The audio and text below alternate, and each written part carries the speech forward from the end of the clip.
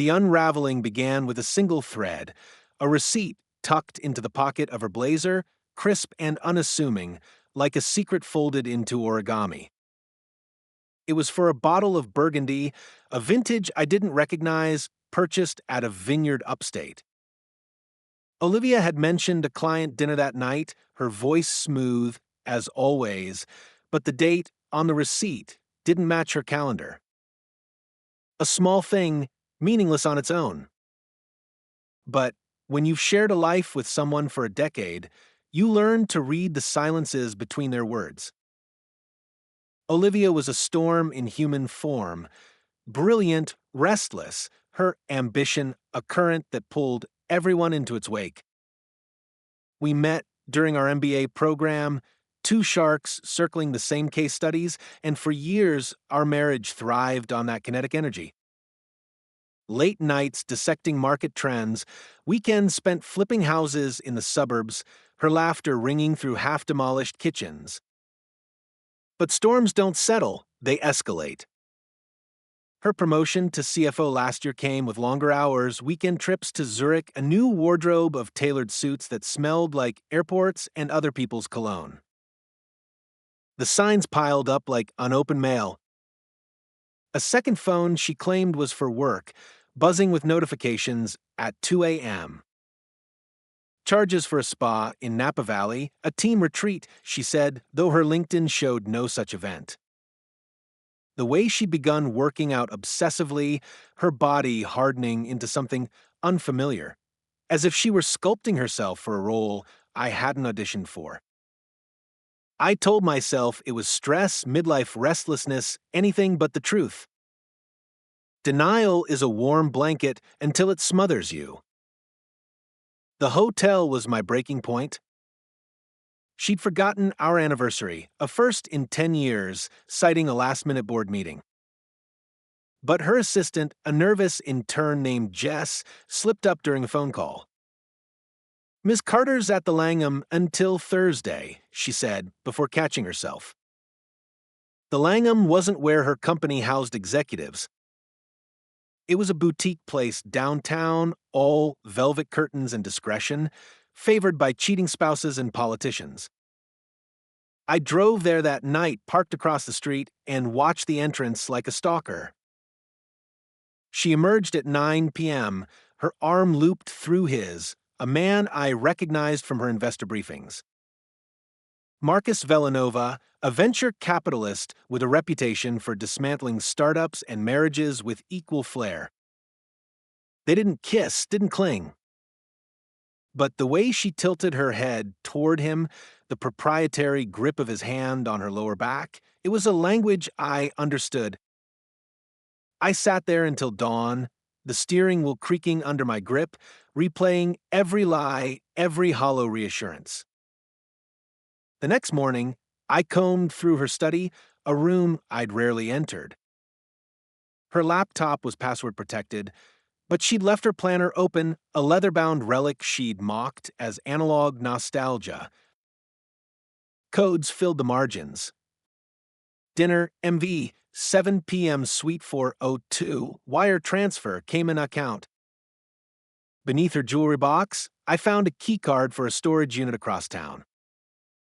Inside, stacked like relics, were gifts I'd never seen.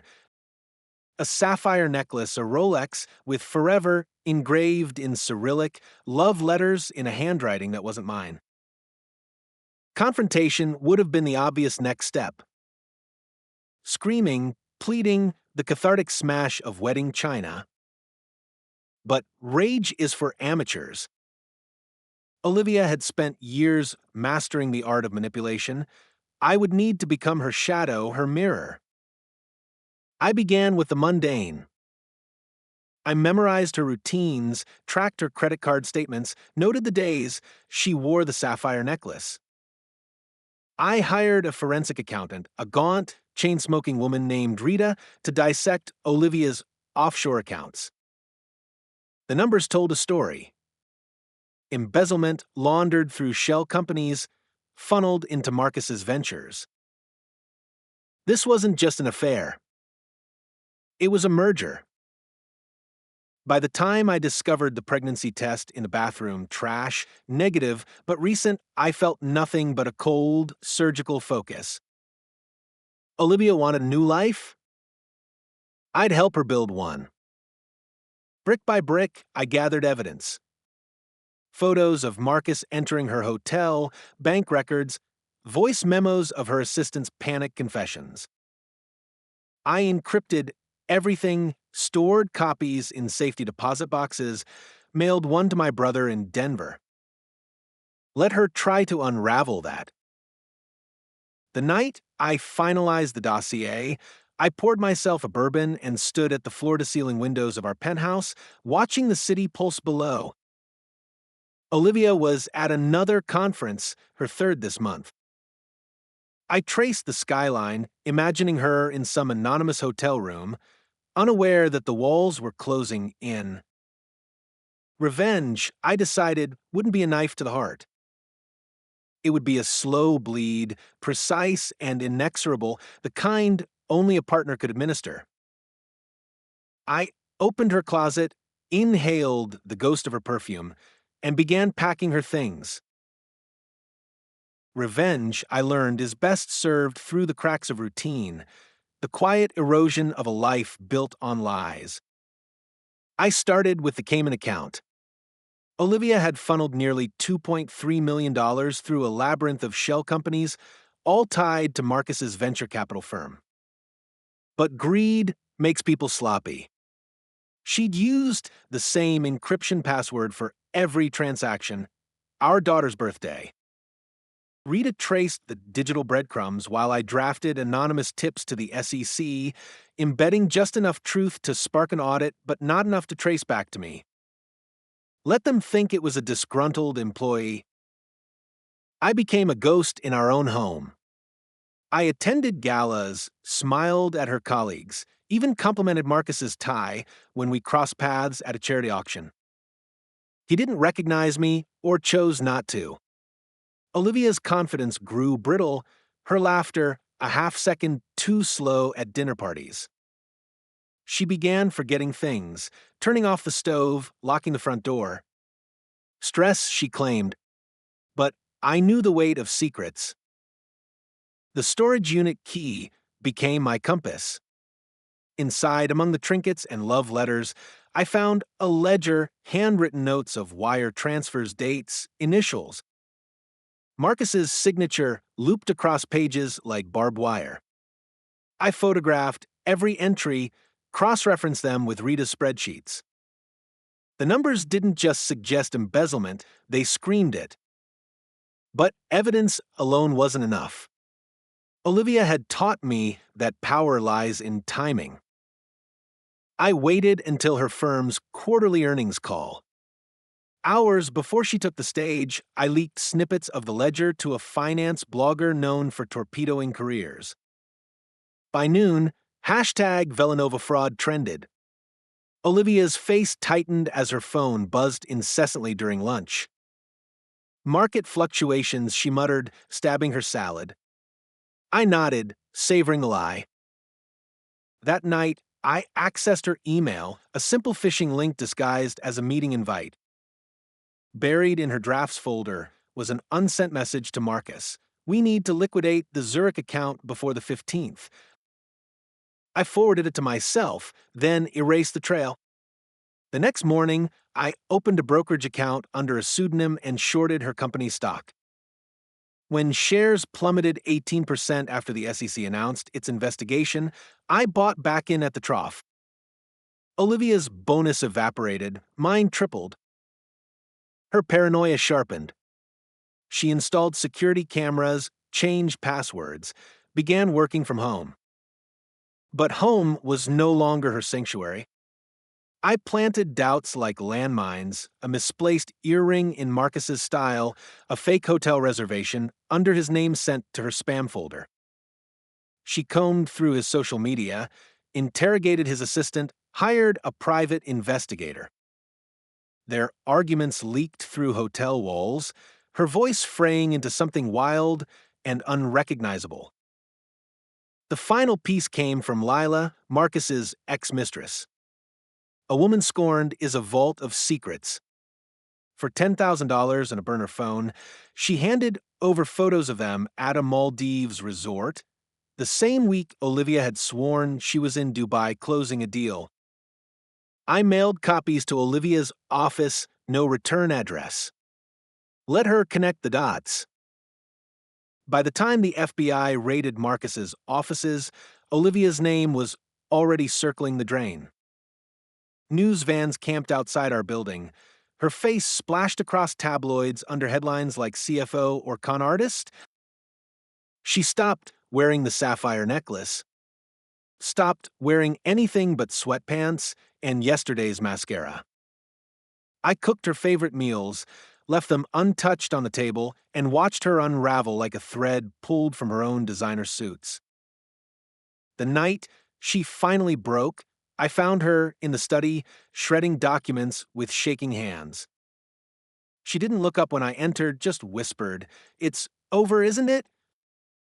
I said nothing. Silence, after all, is the purest form of truth. I walked to the window, traced the skyline she'd once claimed as hers, and marveled at how easily empires fall when you remove just one brick.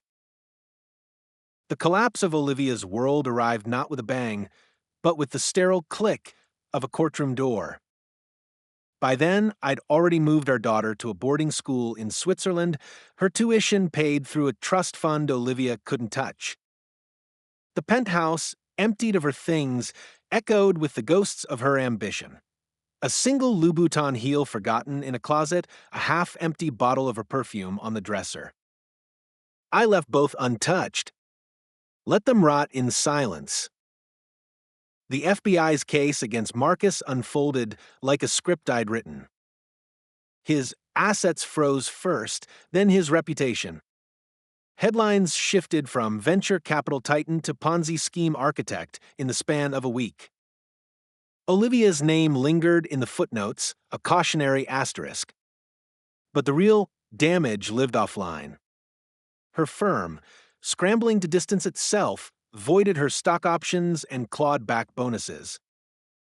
The board voted unanimously to sever ties, their statement dripping with faux outrage. I framed the email announcement and hung it in my new office, a trophy. The divorce papers arrived on a Tuesday, delivered by a process server who smelled of cheap cologne. Olivia refused to sign, of course. She hired a shark of a lawyer, a woman with a reputation for shredding prenups, but the documents I'd compiled were airtight. The prenuptial agreement, which she'd once called a formality, included a clause forfeiting all marital assets in cases of financial fraud. Her lawyer's threats dissolved when I slid a manila envelope across the table. Photos of Olivia and Marcus at the Langham, copies of wire transfers, Lila's sworn affidavit. The silence that followed tasted sweeter than any apology. I let her keep the jewelry, the sapphire necklace, the Rolex, the trinkets meant for someone else's skin. Symbols of a life she'd burned to ash. The brownstones sold quickly, the proceeds funneled into a charity for corporate whistleblowers. Irony, I've learned, is the sharpest epitaph. The final blow came on a rain-soaked afternoon. Olivia's Cayman accounts, drained by fines and legal fees, left her with nothing but a studio apartment in Queens and a credit score that hummed like a funeral dirge. I drove past it once, idling at the curb. She stood in the window, her silhouette blurred by grimy glass, clutching a glass of wine like a lifeline. For a moment, I considered waving. Instead, I texted Rita a bonus and ordered a new suit. Months later, I stood on the balcony of my Tribeca loft, the Hudson River glittering below. My daughter's trust fund had doubled, her future secured by the same numbers Olivia had weaponized. The city skyline, once a chessboard of her ambitions, now felt smaller, quieter. Revenge, I realized, isn't about winning. It's about rewriting the rules so thoroughly that the game itself becomes obsolete. I heard about Olivia's arrest through a Bloomberg alert. Tax evasion, they said, a misdemeanor compared to her sins, but enough to bury her.